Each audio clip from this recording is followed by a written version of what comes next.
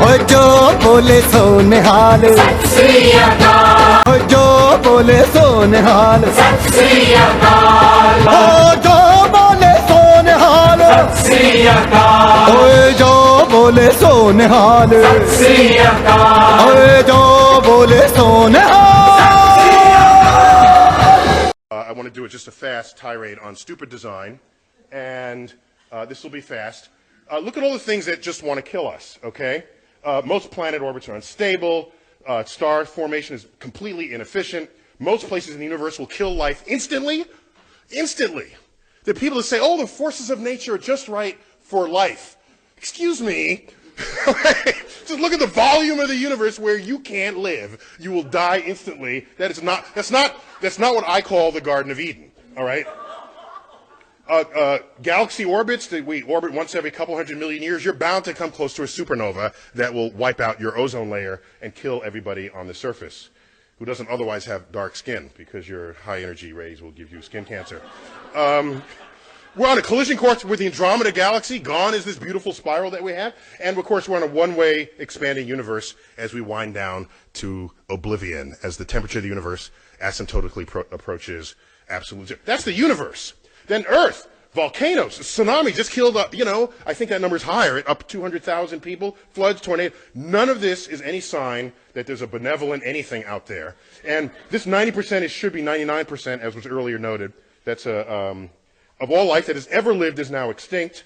Inner solar system is a shooting gallery. Comets, asteroids, duck. And look how long it took to make multicellular life.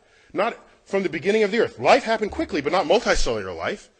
You needed your cyanobacteria to sort of crank on the oxygen, get the oxygen budget going. Then you could have that's sort of rocket fuel for multicellular creatures. But that took 3.5 billion years. That's hardly an efficient plan with us in mind.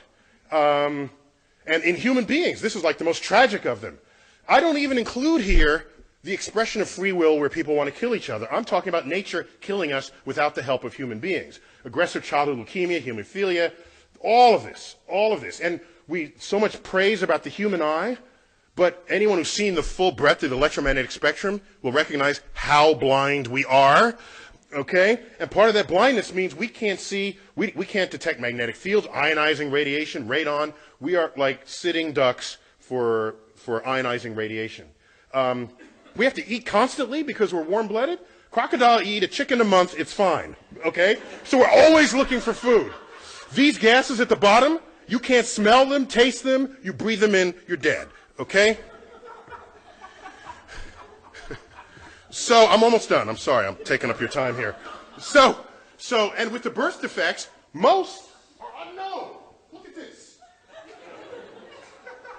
Others, it's like abuse and infection and stuff that human beings have something to do with. We have no idea. Oops, I pushed a button by accident, sorry. No idea. No idea. And, and birth defects are tragic. They're tragic, particularly if they happen to the family afflicted by it. And you just look at images of these aborted fetuses because of and most of these are stillborn, others are born with a heart outside the body. And so, this is all simply stupid design.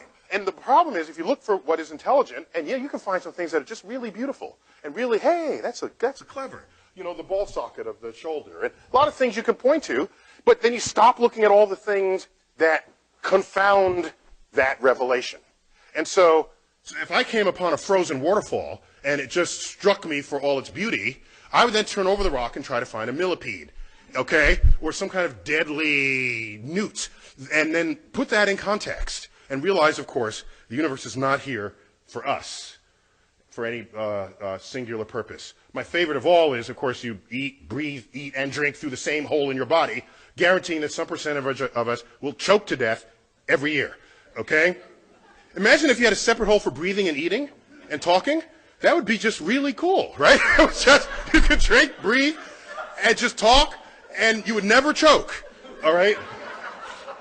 And it's not a hard request. Dolphins breathe and eat through different holes in their body. And that's a mammal. So this is like Santa Claus could bring this one.